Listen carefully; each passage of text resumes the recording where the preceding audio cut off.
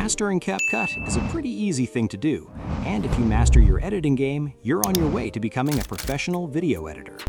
It took me years to discover and master CapCut, but if you stay and watch till the end, I'll give you 10 of the best CapCut tricks I have up my sleeve. And you can achieve this without having to pay a single dollar to any editing software, because you can do it all in CapCut for free. Without wasting much time, let's get into it. Step 1. Color isolation.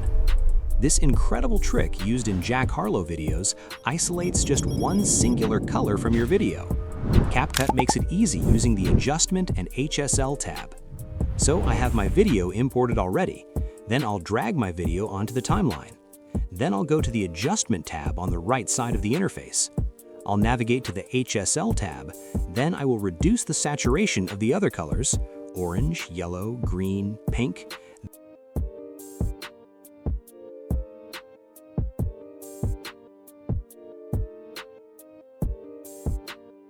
Then I will increase the saturation of the color I want to isolate in the video, which in this case is red.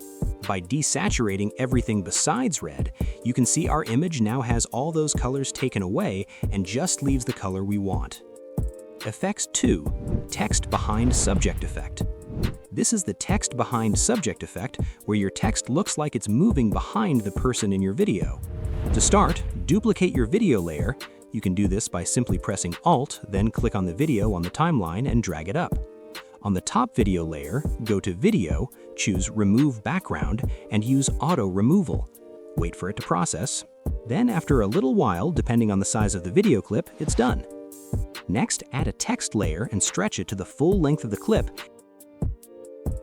and drag that text layer in between your two video layers. Now the text is behind your subject. But we're not done yet. We have to animate this text so it looks like it's moving behind your subject. So let me show you how. First, let's edit the text and resize it. On your text layer, go to Basic and scroll down until you see Scale. Add a keyframe at the beginning of your text layer. Move a few frames ahead and add another keyframe. Then move a few more frames and add a third keyframe. On the middle keyframe, increase the scale to 110%, and on the last keyframe, reduce it to 90%.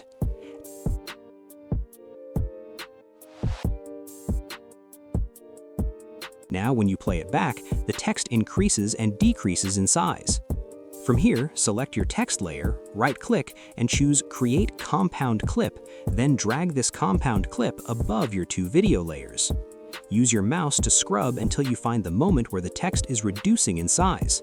Make a cut there, and drag the second part of that compound clip back beneath the two video clips. Now you can see the text in front of your subject and then behind your subject. But as you can see, this is not smooth. So to make this as smooth as butter, almost like After Effects, drag 2 extra frames on your top clip. Then go to Animation, go to Out, choose Fade Out, and reduce the duration to 0.1 seconds. Now if you use your arrow keys to step through the frames, you'll see the text looks like it's smoothly animating behind your subject.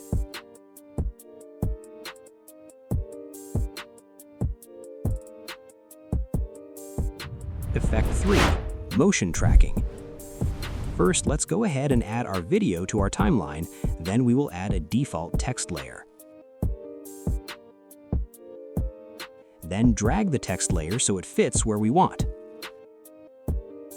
With the text layer selected, go to Tracking, choose Motion Tracking, and drag the box over your subject, making sure the box fully covers the subject, which in this case is the hand of this man here. Now click Start. Then we will wait for it to finish processing. Then to make this extra smooth, turn off Scale and Distance. When you click play, you'll see that the text follows the subject as it moves. David Goggins. You need some of these Navy SEALs, some of these other people. You need those. Effect 4. Smooth Zooms. Our clip is already on our timeline, so we'll go ahead to add a keyframe on the part of the video where we want our video to zoom in. Note a keyframe is this diamond-shaped box here, which changes to blue color when clicked on. So we will click on the keyframe in the transform portion, then we skip ahead on our video clip a few frames, then add another keyframe there. Then we increase the size of the video at that point. So when we go back and play our clip, you notice that it's zooming in. But we're not done yet. You can notice that the video is too linear or straight. But to make it more smooth, I will right-click on my clip and select Show Variable Speed Animation, or simply press Alt plus K. Then on the scale axis, I will highlight on the keyframes and click on this to enable Auto Curve. As you can see, the zoom is much more smoother. Effect 5. 3D Screen Effect. This is often used in explainer videos, especially on YouTube. So let's get into it. We will drag our clip onto our timeline, then navigate right to the Animations bar, then select Combo, then scroll down and find the Flip section of the animation panel. Select Flip 6, and as you can see, our video has a 3D screen effect. Effect 6, Floating Effect. So we have our logo and our background already on our timeline. Then I will scale down the logo. Then I will go to the Effects tab and go to the search bar and type in Play Pendulum, then select it and wait for it to finish processing.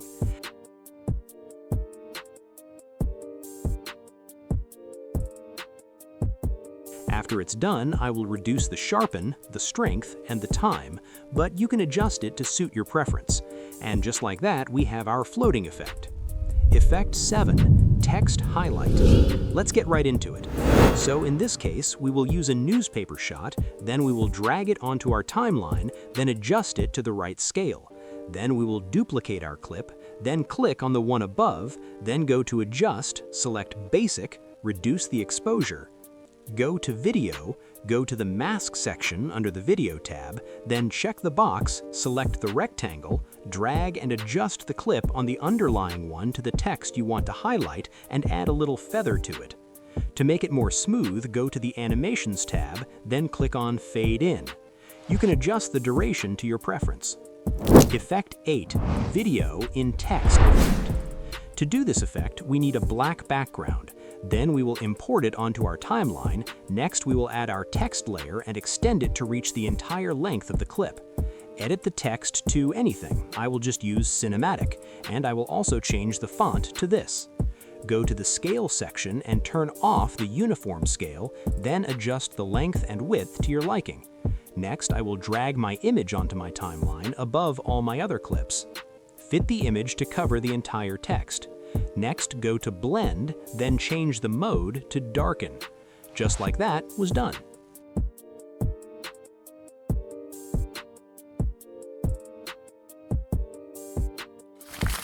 Effect 9, Cinematic Effect.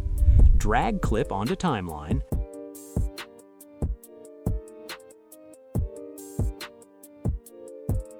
Go to the Effects tab and search for Cinema. Drag the effect onto your clip.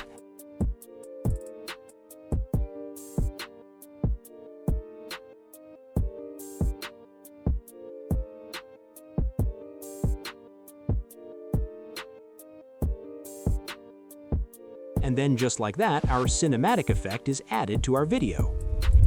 Effect 10. This timer trick is used by popular YouTubers such as Mr. Beast. So let's learn how to do it. Add a text onto the timeline.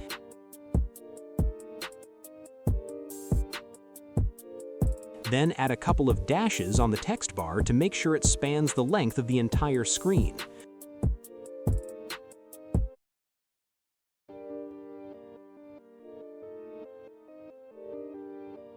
Turn off Uniform Scale, edit the width accordingly,